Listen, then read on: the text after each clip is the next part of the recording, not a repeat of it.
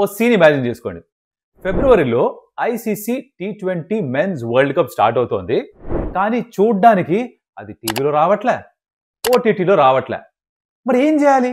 అందరికీ ఈ డౌట్ వస్తే అరే రే మనం వరల్డ్ కప్ చూడలేమా అని ఒక చిన్న భయం మొదలవ్వాలి. ఆ భయం ఐసీసీ కూడా పట్టుకుంది. ఎందుకంటే ప్రస్తుతానికి ఉన్న బ్రాడ్కాస్టర్ ఎవరైతే ఉన్నారో దట్స్ జియో స్టార్, వాళ్ళు చెప్పారు మేము బ్రాడ్కాస్ట్ చేయదలుచుకోవట్లేదు, మాకు చాలా లాస్లు వస్తున్నాయి, ఇది జరిగే పని కాదు, మీరు ఇంకెవరన్నా చూసుకోండి అని చెప్పేసి పుల్అవుట్ చేస్తున్నారట ఈ డీల్ నుంచి. ఇలా కాదు, ఇలా షార్ట్ గా కాదు, కొంచెం డీటెయిల్ గా ఎక్స్ప్లెయిన్ చేయంటారా?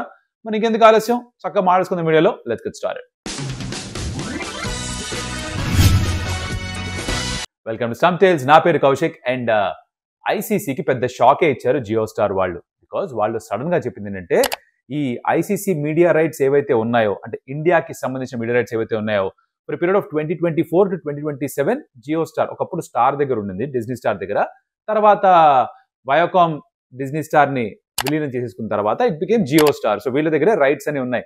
వీళ్ళు ఇప్పుడు ఏం చెప్తున్నారంటే చాలా చాలా డబ్బులు ఖర్చు అయిపోతున్నాయి, మాకు అన్ని ప్రాఫిట్స్ రావట్లేదు, రెవెన్యూ లేదు, లాస్లు పెరిగిపోతున్నాయి, అందుకని మీరు ఇచ్చిన మాకు డీల్ ఏదైతే ఉందో దాన్ని మేము ఆనర్ చేయలేము అని చెప్పేశారు. అసలు డీల్ ఏంటి, అక్కడి నుంచి మొదలు పెడదాం. సో 2024 సంవత్సరం నుంచి 2027 సంవత్సరం దాకా ఆల్మోస్ట్ ప్రతి సంవత్సరం ఒక ఐసీసీ ఈవెంట్ ఉండింది. లైక్ 24లో ఏమో you had the T20 world cup, 25లో ఛాంపియన్స్ ట్రోఫీ, 26లో మళ్ళీ T20 వరల్డ్ కప్, 27లో ఓడిఐ వరల్డ్ కప్.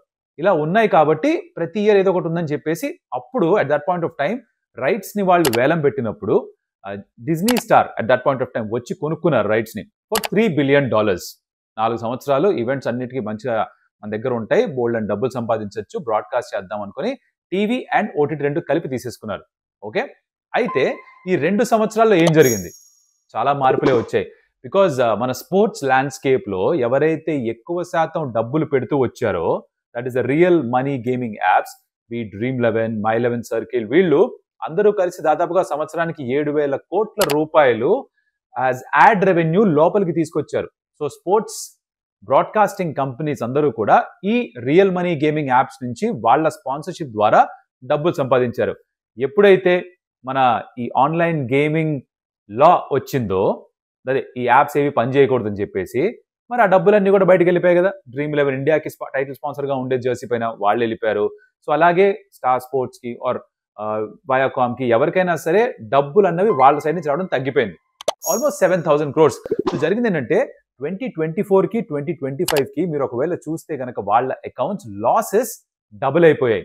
నంబర్ సరిగ్గా చెప్తాయంటూ వినండి. సో 2024 సంవత్సరానికి సంబంధించి లాసెస్ ఏమో 12,319 కోట్లు ఉంటే కనుక నెక్స్ట్ ఇయర్ కి ఆల్మోస్ట్ డబుల్ అయింది అది లాస్లు. ఇవి జస్ట్ లాసెస్, అంటే forget about making money, break even కూడా అవ్వట్లేదు, డబ్బులు పోతున్నాయి ఈ బ్రాడ్కాస్టర్స్ కి అనేది వీళ్ళ వాదన.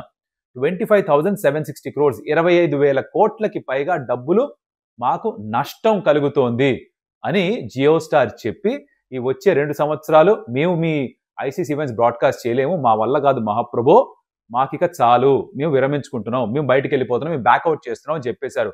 దీంతో ఐసీసీ వాళ్ళకి అర్థం కావట్లేదు ఏం చేయాలో. బికాజ్ ఈ న్యూస్ వాళ్ళకి తెలియంగానే నాకు భయం అవుతుందిరా. ఏమైతుందన్నా వాళ్ళు ఫస్ట్ చేసింది ఏంటంటే, సరే ఇలా కాదు కదా, మనం 2026 నుంచి 2029 దాకా మళ్ళీ ఫ్రెష్ గా ఈ రైట్స్ ని అమ్ముదాము అని డిసైడ్ అయ్యారు. So they reached out to Sony, they reached out to Amazon, they reached out to Netflix. ఎవరికన్నా ఇంట్రెస్ట్ ఉందా అని వాళ్ళకి చెప్పారట, ఇగో ఇలా మా దగ్గర రైట్స్ వస్తున్నాయి, మళ్ళీ మీరు తీసుకుంటారా అని. ఏ కంపెనీ కూడా ప్రస్తుతానికి ఇప్పటి వరకు ఇంట్రెస్ట్ చూపించలేదుట. What does this mean?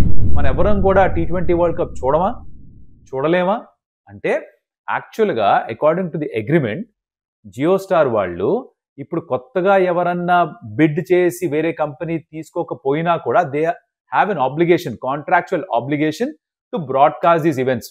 26ది 27 సంవత్సరంలో ఉన్న ఈవెంట్స్ ని బ్రాడ్కాస్ట్ చేయాల్సిన ఒక లీగల్ ఆబ్లిగేషన్ అయితే జియో స్టార్ దగ్గర ఉంది. కాకపోతే ఇప్పుడు ఎప్పుడైతే ఈ మూవ్ చేశారో నెక్స్ట్ స్టెప్ ఏం జరగచ్చు అంటే, ఐసీసీకి ఇప్పుడు డిసెంబర్లో ఉన్నాం, జనవరి ఫిబ్రవరి కల్లా ఎవరో ఒకరు బ్రాడ్కాస్టర్ దొరకరు, వాళ్ళకి దొరకలేదు అనుకో, వాళ్ళు అప్పుడు ఏం చేస్తారు, అరే ఇలా ఉందా పరిస్థితి, ఇలా చేతులు పిసుకలేక వాళ్ళు ఏం చేస్తారంటే తిరిగి మళ్ళీ జియో స్టార్ దగ్గరికి వచ్చి ఓ పని చేయండి రా బుజ్జాయిలు, మీరే బ్రాడ్కాస్ట్ చేయండి, మళ్ళీ రీనెగోషియేట్ చేద్దాం డీల్ని అంటారు. అంటే ఇప్పుడు ఏదైతే $3 బిలియన్ గా ఉందో ఇన్ ఆల్ ప్రాబిలిటీ అది తగ్గిపోతుంది. అండ్ 27 దాకానే ఉండింది ఒరిజినల్గా వీళ్ళ దగ్గర డీల్, 2024 నుంచి 2027 దాకా. ఇది ఇప్పుడు 2029 దాకా కూడా పొడిగించి, అంటే ఇంకో 2 సంవత్సరాలు పెంచి డీల్ వాల్యూ తక్కువకి వీళ్ళు సంపాదించుకునే అవకాశం ఉంది. సో ఒక విధంగా ఒక మొనోపలి అయిందిగా జియో స్టార్ రావడంతో ఈ స్పోర్ట్స్ బ్రాడ్కాస్టింగ్ ఇండస్ట్రీలో. వయాకామ్, డిస్నీ స్టార్ కలిసిపోయిన తర్వాత ఒక పెద్ద మేజర్ కంపెనీగా మారిపోయింది. వీళ్ళకి ఎవరు పోటీ? ఒక సోనీ మాత్రమే పోటీగా ఉన్నారు. బట్ సోనీ దగ్గర ఎక్కువ రైట్స్ లేవు. ఒక ఏషియా కప్ ఉంది వాళ్ళ దగ్గర పెద్దగా చెప్పుకోవడానికి, ఇంగ్లాండ్లో జరిగే మ్యాచ్లు బ్రాడ్కాస్ట్ చేయడానికి వాళ్ళ దగ్గర రైట్స్ ఉన్నాయి. అంతకు మించి వాళ్ళ దగ్గర పెద్దగా ఏమీ లేవు. Other hand if you see Amazon దగ్గర ఏమున్నాయి? వాళ్ళు న్యూజిలాండ్ జరిగే మ్యాచ్లు మాత్రమే క్రికెట్ సంబంధించి వాళ్ళు బ్రాడ్కాస్ట్ చేస్తున్నారు. నెట్ఫ్లిక్స్ దగ్గర ఏముంది? అసలు క్రికెట్లోకి ఇప్పటిదాకా అడుగు పెట్టలేదు. వాళ్ళ దగ్గర చాలా డబ్బులు ఉన్నాయి, కానీ వాళ్ళు ప్రస్తుతానికి అడుగు పెట్టలేదు. Because right now they are looking at ఇది మనకు అసలు అవసరమా కాదా అని వాల్యుయేట్ చేసుకుంటున్నారు వాళ్ళు.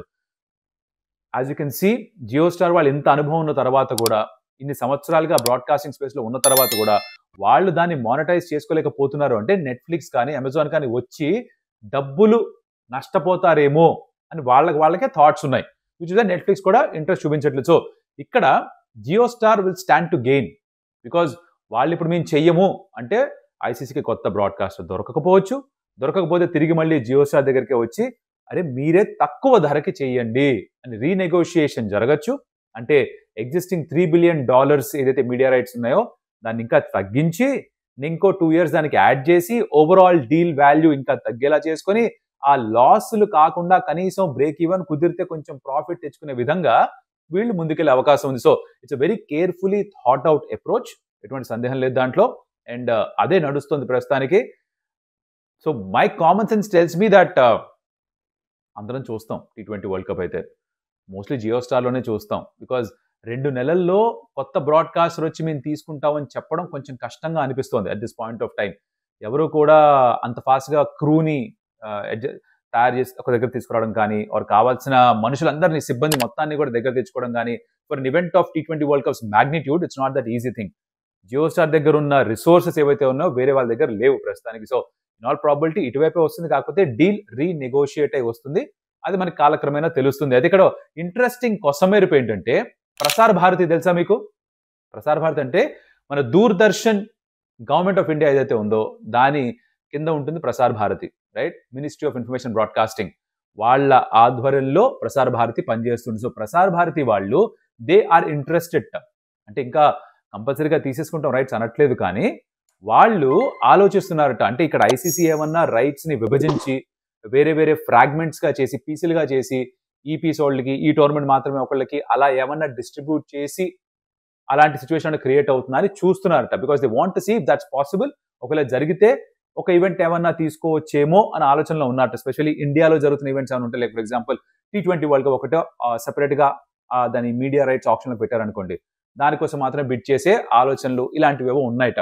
2027 వరల్డ్ కప్ ఎక్కడ ఉంది? ఓడిఐది సౌత్ ఆఫ్రికాలో ఉంది. సో అగైన్ ఇండియాలో జరుగుతున్నప్పుడు దానికి వ్యూవర్షిప్ ఆబ్వియస్లీ ఎక్కువ ఉంటుంది. అండ్ ఈ మధ్యకాలంలో మీరు గమనిస్తే కనుక ఒక ఐపీఎల్ మినహాయిస్తే ఇంక ఏ టోర్నమెంట్కి కూడా వ్యూవర్షిప్ అంత గొప్పగా ఉండట్లేదు.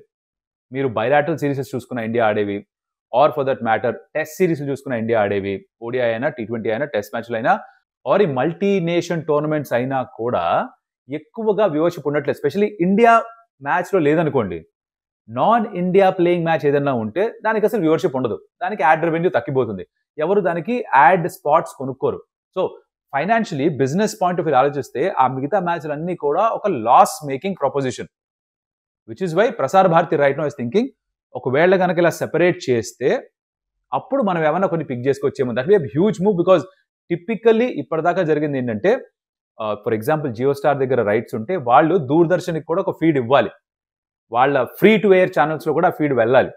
ఇది ఇంత ముందు ఉన్న అగ్రిమెంట్. కాకపోతే ఇది టీవీ ట్రాన్స్మిషన్కి మాత్రమే ఉన్న అగ్రిమెంట్. ఇది ఓటీటీ ఏదైతే ఈ మధ్య కాలంలో ఎక్కువైందో, మన ఓవర్ ది టాప్ ఓటీటీ అంటే బేసికలీ మన జియో హాట్స్టార్ కావచ్చు, సోనీ మీకు మీ స్మార్ట్ ఫోన్స్లో ఆర్ మీ స్మార్ట్ టీవీస్లో వచ్చే యాప్ ద్వారా వచ్చే కాంటెంట్ కావచ్చు, త్రూ ఇంటర్నెట్ వచ్చే కాంటెంట్ ఏదైనా ఉందో ఆ ఓటీటీకి ఈ లా వర్తించదుట.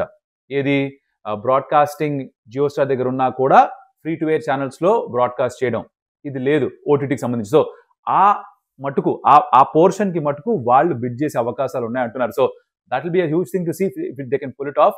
Typically ministry of information broadcasting or Prasar Bharati ఏంటంటే వాళ్ళు ప్రాఫిట్స్ కోసం మాత్రమే పనిచేయరు, వాళ్ళు పబ్లిక్ సర్వీస్ని దృష్టిలో పెట్టుకొని పనిచేస్తారు. పబ్లిక్కి ఎలా రీచ్ అవ్వాలి ఇన్ఫర్మేషన్, వాళ్ళకి ఎంటర్టైన్మెంట్ ఎలా ఇవ్వాలి, వాళ్ళకి నాలెడ్జ్ ఎలా ఇంపార్ట్ చేయాలి, ఇది వాళ్ళ ప్రైమరీ క్రైటీరియాగా ఉంటుంది. ప్రాఫిట్స్ చేసుకోవడం తర్వాత క్రైటీరియాగా ఉంటుంది. ప్రైవేట్ ప్లేయర్స్ ఎవరైనా ఉంటే సోనీ అయినా, అమెజాన్, నెట్ఫ్లిక్స్ అయినా, జియో స్టార్ అయినా, వీళ్ళకి ఫస్ట్ ప్రయారిటీ ఇస్ ప్రాఫిట్ చేసుకోవడం. బికాజ్ వీళ్ళు నడుతుంది ఒక బిజినెస్, అది గవర్నమెంట్, ఇది ప్రైవేట్, వీళ్ళకి బిజినెస్ చేస్తున్నారు కాబట్టి ప్రాఫిటే కావాలి. సో ఇలా కొంచెం డైనమిక్స్ మారుతున్నాయి. బట్ కంగారు పడాల్సిన పనేమి లేదని నాకు అనిపిస్తుంది. ఈవెన్చువల్గా తిరిగి మళ్ళీ అంతా తిరిగి భూమి గుండ్రంగా ఉందన్నట్టుగా జియో స్టార్ దగ్గరికి రావచ్చు. కాకపోతే ఆ డీల్ వాల్యూ రీనెగోషియేట్ అయ్యి రావచ్చు వీళ్ళ దగ్గరికే. అండ్ అది జియో స్టార్కి యాక్చువల్లీ బెనిఫిషియల్గా మారచ్చు. రైట్ నో వాళ్ళు ఏవైతే లాసుల్లో ఉన్నామని చెప్తున్నారో దాన్ని కొంచెం తగ్గించుకునే ప్రయత్నమే ఇదని నాకు అనిపిస్తోంది. But of course it's a developing story. ఇది ముందుకెళ్తున్న కొద్దీ, కొత్త అప్డేట్స్ వస్తున్న కొద్దీ మీకు మళ్ళీ ఇన్ఫర్మేషన్ అంతా అందిస్తూ ఉంటాను. కొత్తగా ఏదైనా తెలుసుకున్నామంటే తప్పకుండా ఒక లైక్ కొట్టి పెట్టండి. బికాజ్ మీరు ఎంతమంది లైక్ చేస్తే అంత ఎక్కువ మందికి ఈ వీడియోని ఆటోమేటిక్గా యూట్యూబ్ చూపిస్తుంది. It's not a topic that's easily covered. And మీకు అర్థమైంది ప్రాబ్లం ఏంటో, విషయాన్ని క్లియర్గా అర్థం చేసే ప్రయత్నం చేయగలిగామని మీకు అనిపిస్తే కనుక share it with your friends, comment about what you like, what you don't like about the video. అలాగే స్టంప్ కి సబ్స్క్రైబ్ చేసుకోండి. మనకు మళ్ళీ కలుస్తాం. అప్పటిదాకా సెలవు. Adios Amigos.